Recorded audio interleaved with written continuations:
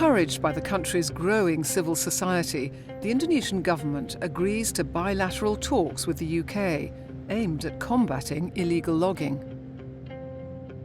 Lalu dari David, ya saya ingat, saya lupa namanya, oke kita kembangkan proyek kerjasama. Lebih baik kita melakukan kerjasama daripada saling mencela. Several newly formed NGOs from around Indonesia contact EIA and Telapak, asking to be trained in their methods of on-the-ground video investigation.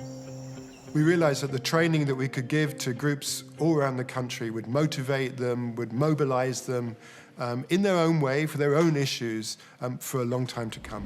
And so it occurred to us, really, that the UK government would be get good value for money, if you like, if we were to support EIA to train up, 40, 50 or more Indonesians to use video cameras in their investigations, be able to date and spatially locate the film so that it could be used as evidence, not just in exposés and in greater transparency, the reports that EIA are doing, but for evidence that could be used in legal processes.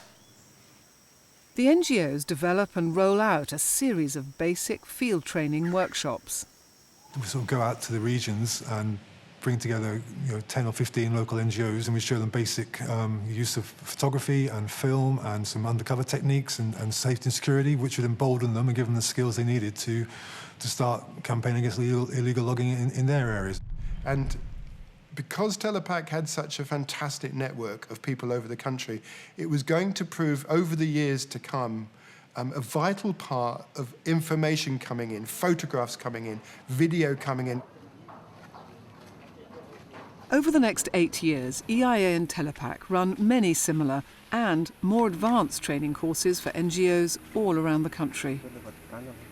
It wasn't just about learning how to use a camera. It had opened up all kinds of possibilities in the minds of the youth participants in these workshops about what they could do with their lives.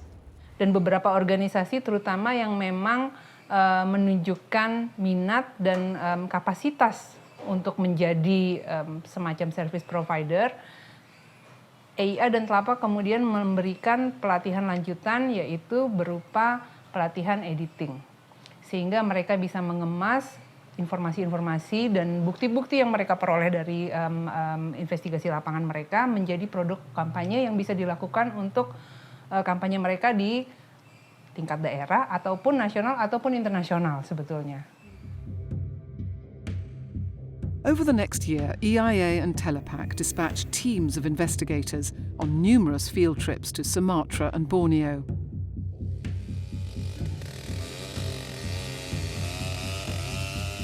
Their mission is to gather video evidence of the by now rampant illegal logging taking place in the country's national parks.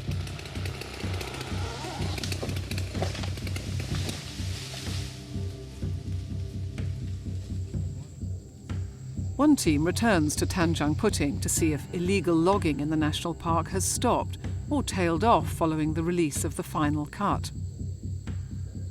As their investigation comes to an end, events take a turn. Kemudian kami berpikir kita perlu informasi dari tangan pertama, dari sasaran investigasi utama itu, yaitu Tanjung Liga Group, Rasid, dan organisasinya atau grupnya lah gitu. Jadi kemudian kami untuk mengunjungi sawmillnya.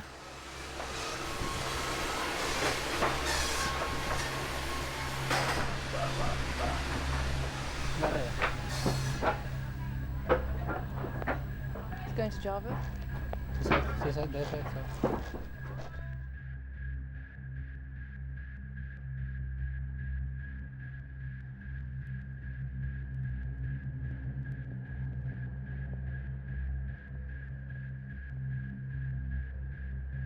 Rui and I both made calls me to London to say we were going to go and meet them.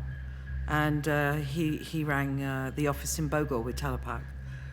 And we got into this Jeep, the doors locked, and off we went. And we ended up at the Tanjung Linga office. Berhenti di depan, terus masuk, ada tangga naik ke lantai 2. Jadi kami ke lantai 2 dan kemudian disuruh masuk ke ruangan di situ. Ternyata itu ruangan kerja Sugianto. Dan disitulah tiba-tiba kami tahu bahwa kami bukan akan berbincang-bincang atau interview atau apa, tapi justru disekap. The minute he saw Rui, he went ballistic. He went absolutely ballistic and said, "You lied, you came into my warehouse, you did this, you did that."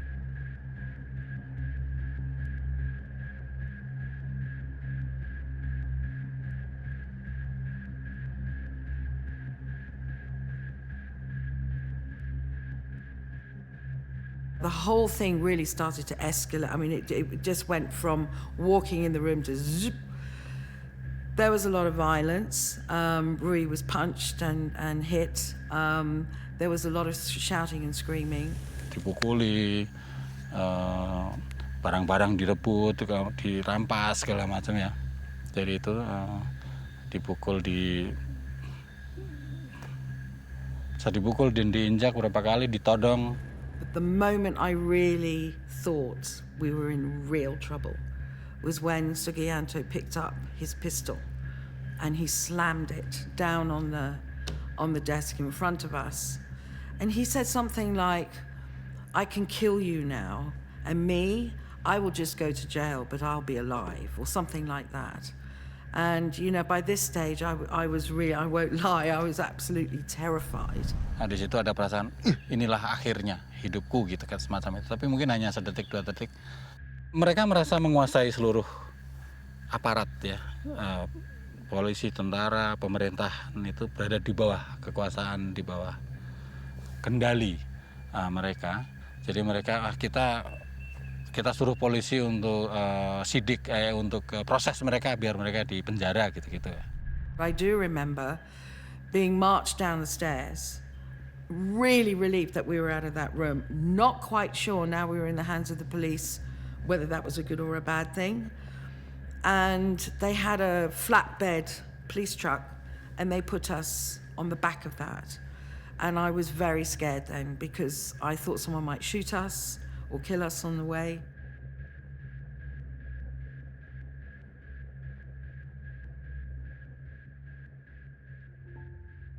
Yang datang dan membawa kami itu dari reserse. Tapi ternyata syukurlah bahwa meskipun nampaknya pada saat itu semua sudah dikuasai dan dikendalikan oleh mereka, oleh grup ini, tapi ada sekelompok kecil polisi ini, unit reserse ini, yang tidak berada di bawah, mungkin tidak mau tunduk pada keinginan, kehendak, perintah dari grup ini. Jadi mereka justru bukannya memproses kami dan menahan kami gitu ya, justru malah melindungi kami di situ. Yang pertama saya telepon adalah Minang ya, jadi mungkin waktu itu protokolnya memang begitu, jadi kontak poinnya gitu saya kemudian kasih tahu Minang. Terus kemudian komunikasi rutin bisa terjalin sehingga bisa share cerita, laporkan apa yang terjadi, dan teman-teman di Bogor, di banyak tempat kemudian bisa merencanakan dan melakukan apa-apa yang untuk penyelamatan atau evakuasi.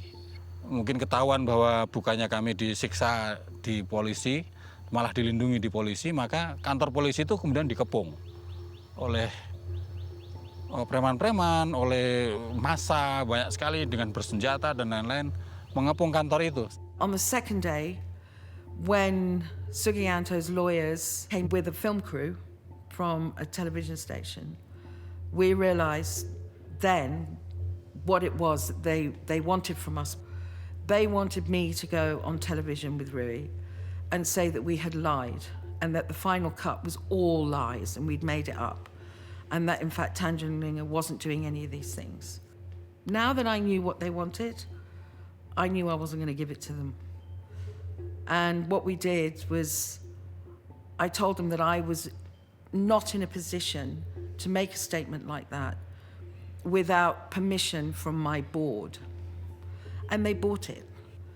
And so that was when it started to, I realized we may be able to get out of this. Selama 3 hari, jadi kami nggak bisa keluar, dan polisi-polisi itu juga nggak bisa keluar. Jadi itu situasinya yang terjadi. And the situation has deteriorated again.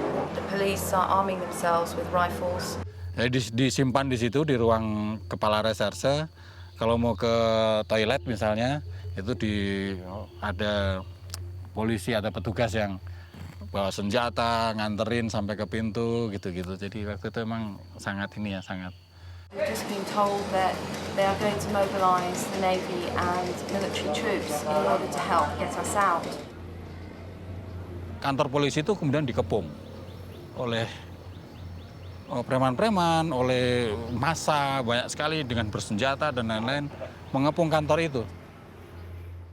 The next day, when we were told to sit in a certain place within the room that we were being held, and the next thing I know is we're being taken out of the room with bodyguards and guns and rifles around us, and we get into a jeep, and that jeep then goes to the airport. Masuk sama-sama ke pesawat.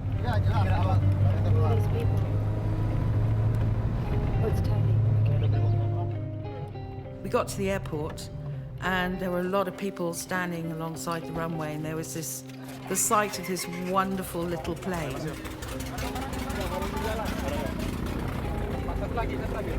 And we said goodbye, we got on the plane, and we got out of there.